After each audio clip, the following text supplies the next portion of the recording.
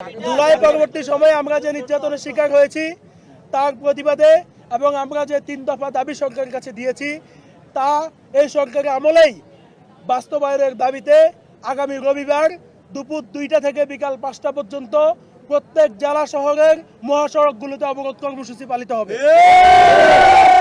আমরা এই অবরোধ কর্মসূচিতে জুলাই আহতদেরকে স্বতঃস্ফূর্ত অংশগ্রহণের সাথে সাথে দেশের সাধারণ জনগণ এবং জুলাই আন্দোলনে যারা রাজপথে নেমে এসেছিলেন তাদের সহযোগিতা কামনা করি। আপনারা যদি আমাদের এই কর্মসূচি বাস্তবায়ন করেন তবে আমরা চিন্তা করতে পারবো এই পুলিশ সংস্কার করে নতুন বাংলাদেশ সৃষ্টির। যদি আমরা এই পুলিশকে সংস্কার করতে না পারি, আমাদের জীবনের এবং রক্তের স্বীকৃতি আদায় করতে না পারি, তাহলে ভবিষ্যতে আর বিপ্লবী রাষ্ট্রে জন্ম নিবে না।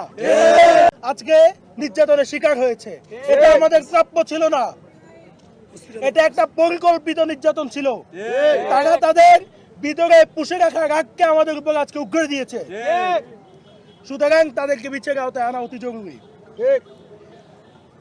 আমাদের সামনে আলী রিয়াজ স্যার ঘোষণাপত্রের 5 নং যে প্রতিজ্ঞা পাঠ করেছেন এবং পরবর্তীতে রাজনৈতিক দলগুলো যে সনদে সাইন করেছে তার মধ্যে কিছুটা ভিন্নতা আছে। ভাই আমি এটা পাঠ করি। গণ অধিকার পরিষদের নুরুল হক নূর নিজে সাইন করে এটা ফেসবুকে পোস্ট করেছে। সেখানে আমরা শেষ বাক্যে